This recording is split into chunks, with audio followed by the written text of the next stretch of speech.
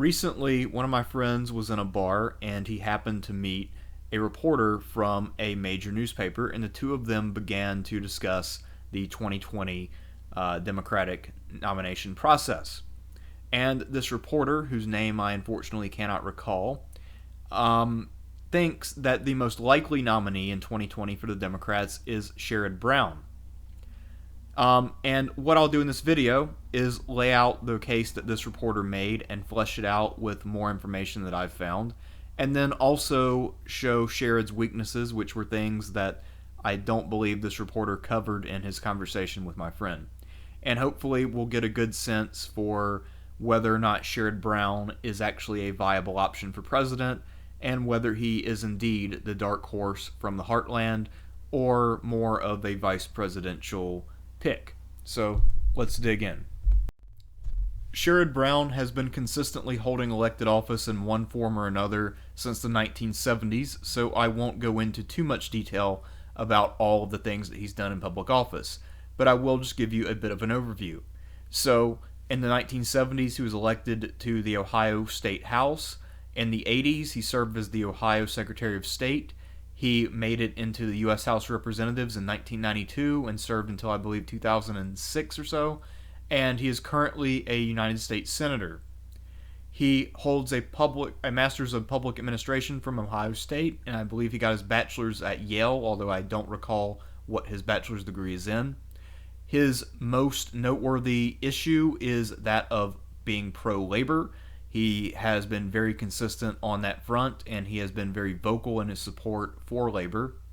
While he was in state politics as the Secretary of State for Ohio, he pushed for increasing voter registration, something that has been near and dear to the heart of the progressive and democratic movements for a long time at this point.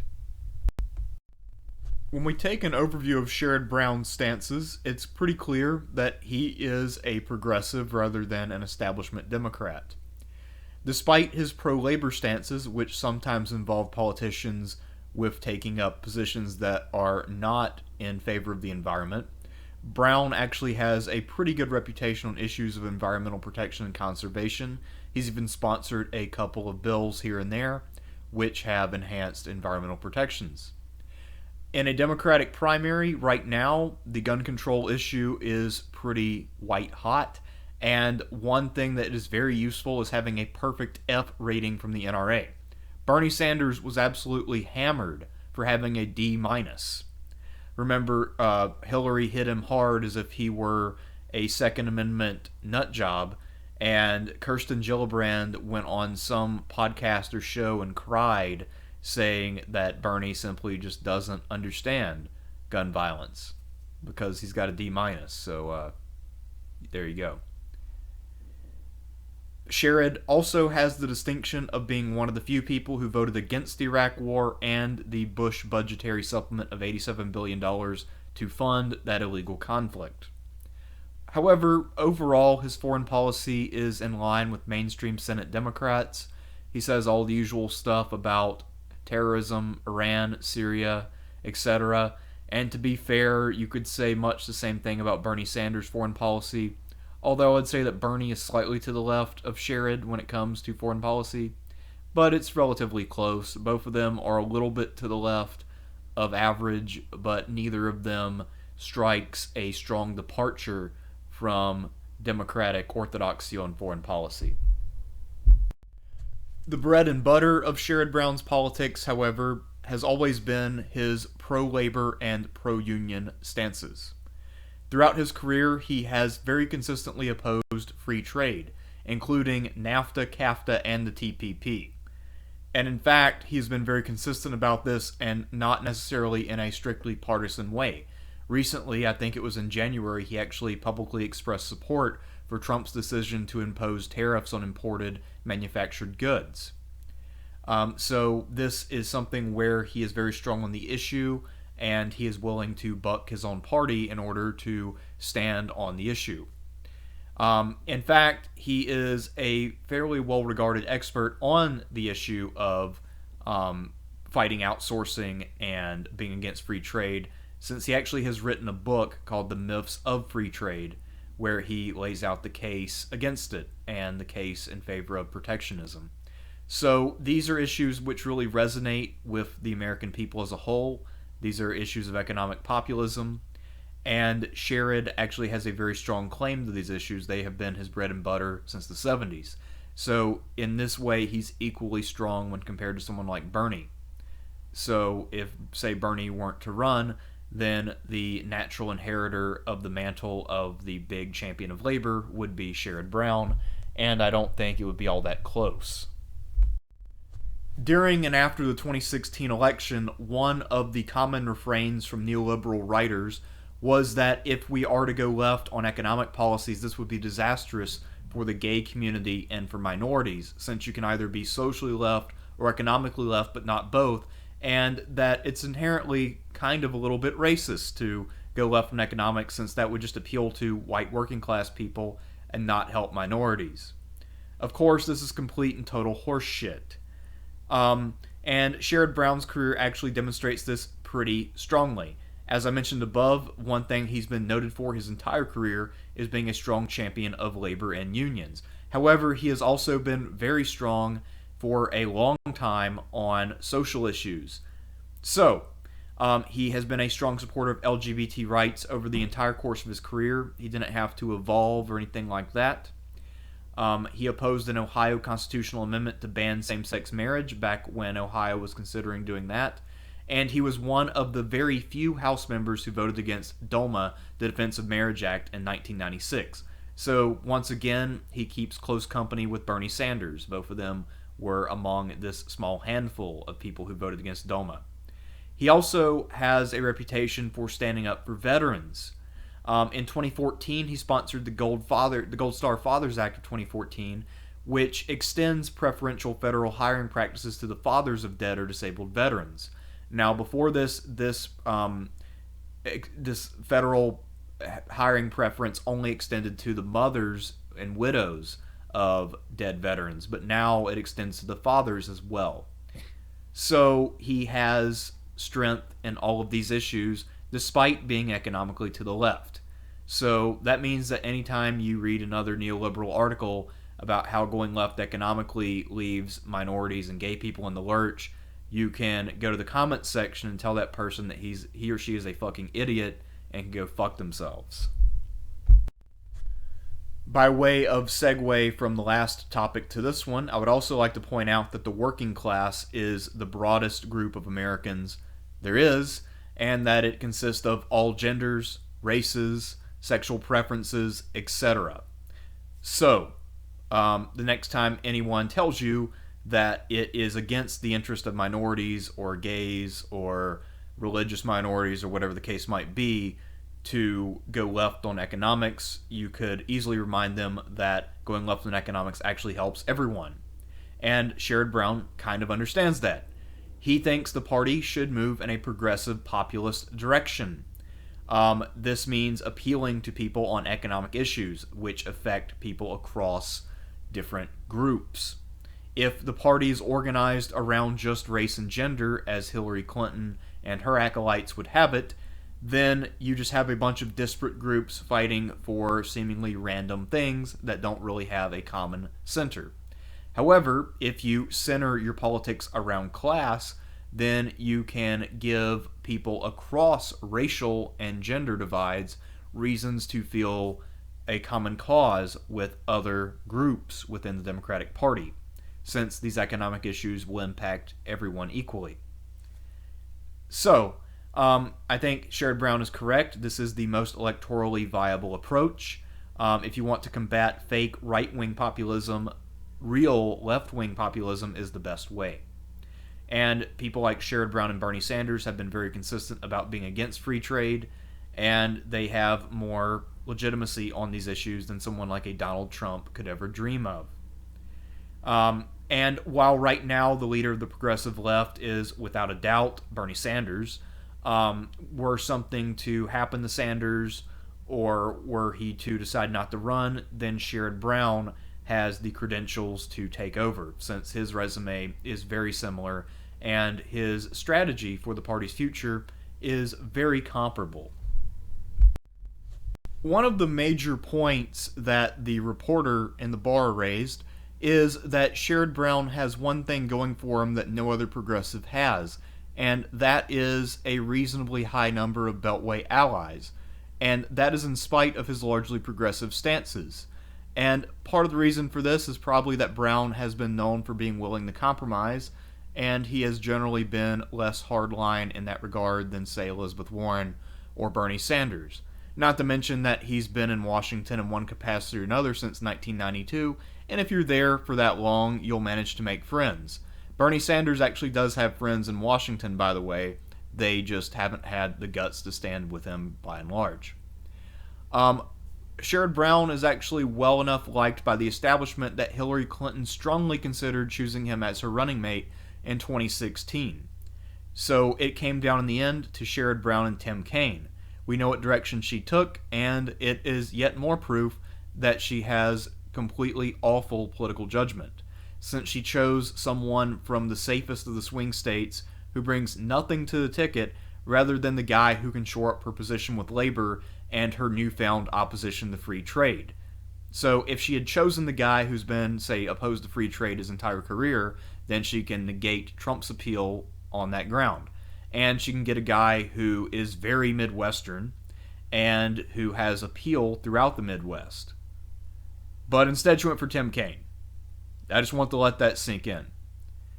Anyway, my concern with this is that although, Sherrod Brown is not anathema to the establishment, I can't see them supporting him very strongly if there are other alternatives who are more conservative. So if Kamala Harris, Kirsten Gillibrand, or one of the other people we've talked about is in the running, Joe Biden is another one, then I can't see them backing Sherrod rather than that person. If Sherrod were to win, I don't think they would screw him over the same way that they tried to do with Bernie. But again, we shouldn't overestimate this particular facet of Sherrod's game. I think the reporter, being an insider, would tend to overestimate the importance of friends in Washington and underestimate the degree to which the country is in a very strong anti-establishment mood, and also the strength of Bernie's position with voters in the Democratic Party. Up to this point, you might think that Sherrod Brown is an unstoppable juggernaut and that all he needs is for Bernie to not run. However, I will argue that his failure on one single issue is what will prevent him from getting the progressive base to embrace him early, which is something that would be necessary for him to emerge as the winner, since, as I explored above, I am doubtful that the establishment will pick him as their guy in the early going, considering how much effort they've put into grooming Booker, Harris, and Gillibrand. And this fatal flaw in Brown's resume is that he has not embraced Medicare for all. And this is a problem because it is now the overwhelming preference of Democratic voters and also the American people as a whole, albeit at a lower rate. I think at this point it's also a narrow preference for even Republican voters. So this is the most electorally viable stance, and the self-proclaimed progressive populist should know that. It's pretty damn surprising that Sherrod Brown hasn't embraced Medicare for All yet, given that Cory Booker has embraced it. However, I looked into Sherrod's campaign funding, and he does get quite a bit of money from the Cleveland Clinic. They're his number, I think, 4 donor, and the healthcare industry or healthcare professionals in general are his number 2 donors. So I think that he must be getting money from doctors or groups of doctors who are not big fans of Medicare for All. At any rate, the fact that Cory Booker has embraced this and Sherrod Brown hasn't is really ridiculous. And I was actually pretty stunned when I found this out. Alright. And another major reason why this will really hurt Sherrod, even if he waits till, say, late 2018 and then suddenly sees the light on Medicare for All, is that this is now a litmus test for many progressive activists and groups, the kinds of people who will phone bank for you, volunteer, make videos on the internet, rally support in different ways, the kinds of things you'll need if you're not going to be able to raise a lot of corporate money. So if you look at Justice Democrats, You look at the people who would be embraced by, say, the host of The Young Turks or by Kyle Kulinski or something like that. Pretty much their litmus test for what a progressive is or is not is Medicare for All. Which, unfortunately for Brown, who's progressive on everything else, this could be his Achilles heel. And because he is not in favor of Medicare for All, and his late embrace would probably not seem very genuine, this could really harm his reputation as a progressive, and also his ability to win over progressives as their number one choice. And if he can't be the number one choice of either faction, then I don't see a scenario where he becomes the great compromise candidate who everyone can agree upon, since he won't make it to that stage of the primary. Because that was more or less what the argument of the reporter was, is that Sherrod Brown is mutually acceptable to both sides. But the problem is he actually has to get to a certain point in the primary before that becomes relevant. And right now I don't see an easy path, given his stance on Medicare for All. So let's look at some other weaknesses in Sherrod's game. Now, as I mentioned above, although he has more support from the establishment and he is more acceptable to them than the other people running who are progressives, there's no way that he'll be the first or second choice of the establishment, and they might not try to rally around him until it's too late for that to make a big difference. So I don't really see him being able to take control of the establishment wing. And despite his strong progressive resume, his lack of support for Medicare for All, and lack of name recognition and charisma vis-a-vis Bernie Sanders doesn't give me much confidence that he'll be able to steal Bernie's mantle.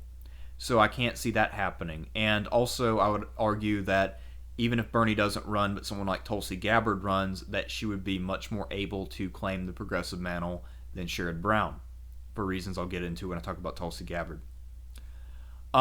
One problem that Sherrod will have with progressive voters is that he endorsed Hillary in the 2016 primary before the Ohio primary, despite being a close Senate ally of Bernie Sanders for many years.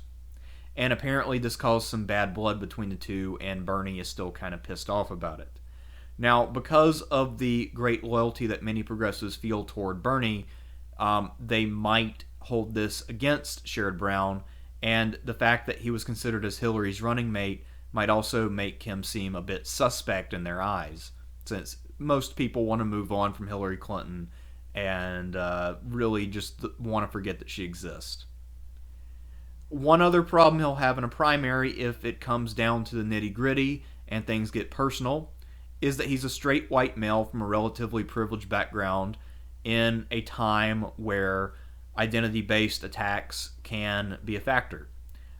If it comes down to, say, him and Kamala Harris, you better bet your ass that the fact that she's a minority female will be used in her favor, and that he will be painted as racist in some way or another, or sexist, or something or other of that nature.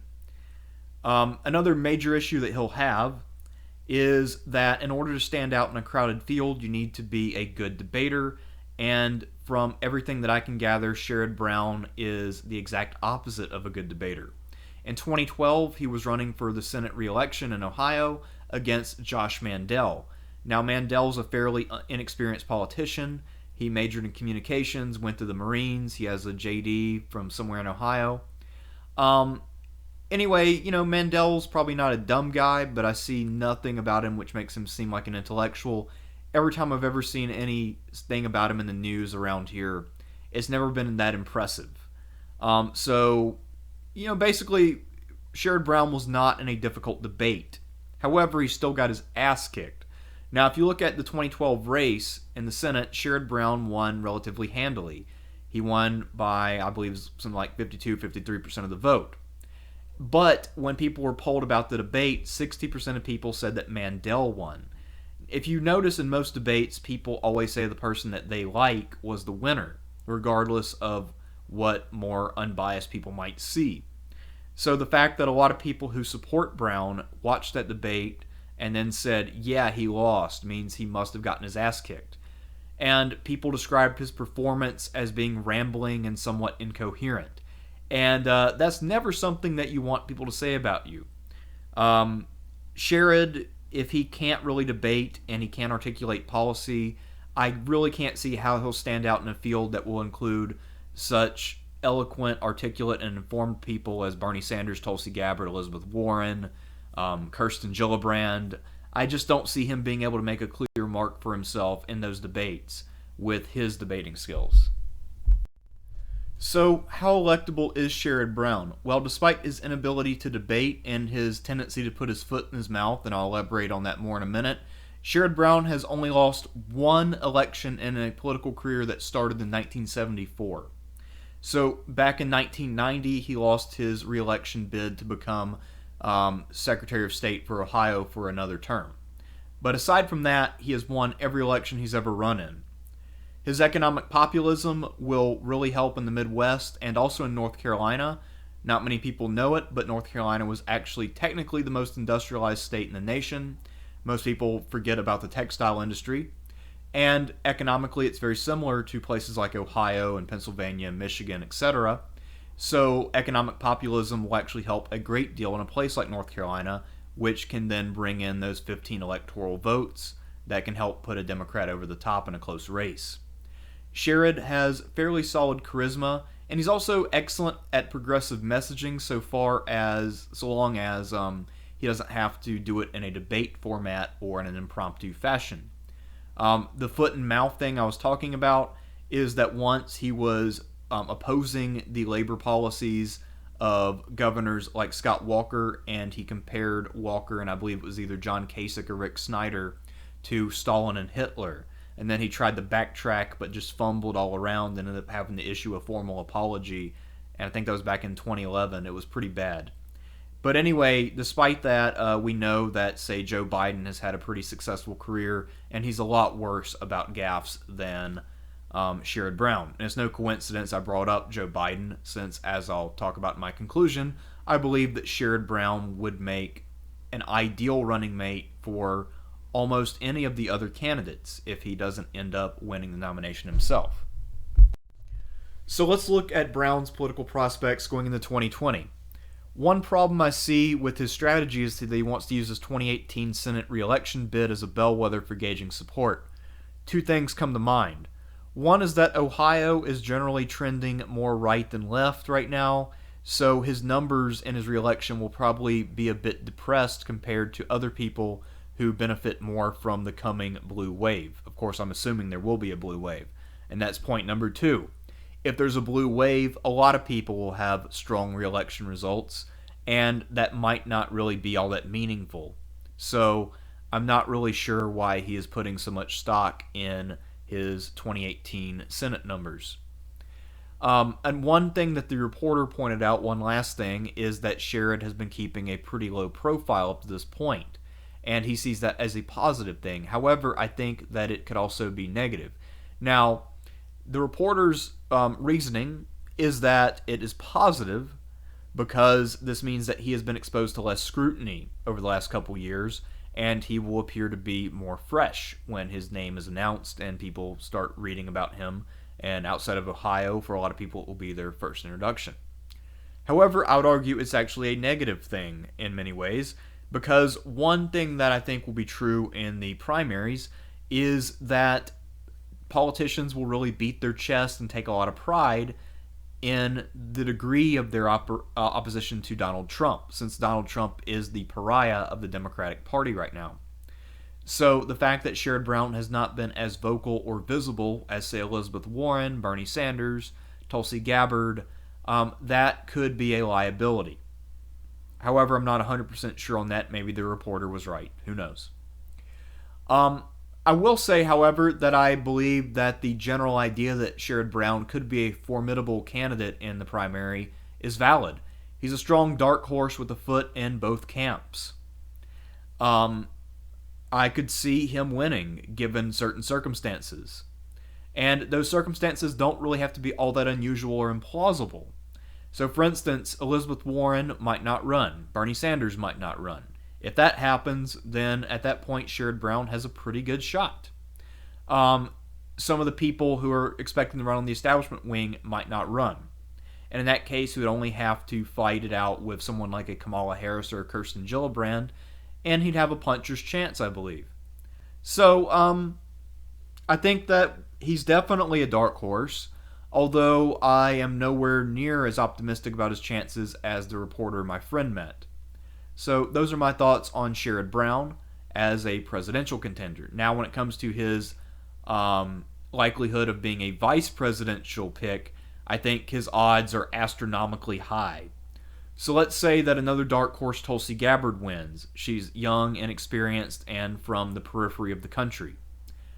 Picking Sherrod Brown gives her lots of experience, someone in an area of the country Democrats struggle, and someone who reinforces her agenda while also having links to the establishment. Perfect fit. Couldn't ask for a better fit. If you are someone like Bernie Sanders, it's a possibility. He doubles down on your message and gives you a potentially viable successor if something were to happen to Bernie. Elizabeth Warren, similar thing. It's someone she can work with. Any of the establishment people, it gives them some way to reach out to the progressive wing. If Gillibrand runs, she'll probably be looking to correct the mistakes for mentor Hillary Clinton, and one way to correct a mistake would be to select Brown as a running mate. So I think that Brown's odds of winning the nomination overall are probably not that great just because of the quality and size of the field, but they definitely exist. However, his odds of being picked as the VP, I would say, almost regardless of who else ends up winning, are over 50%. We could very well be looking at your next vice president.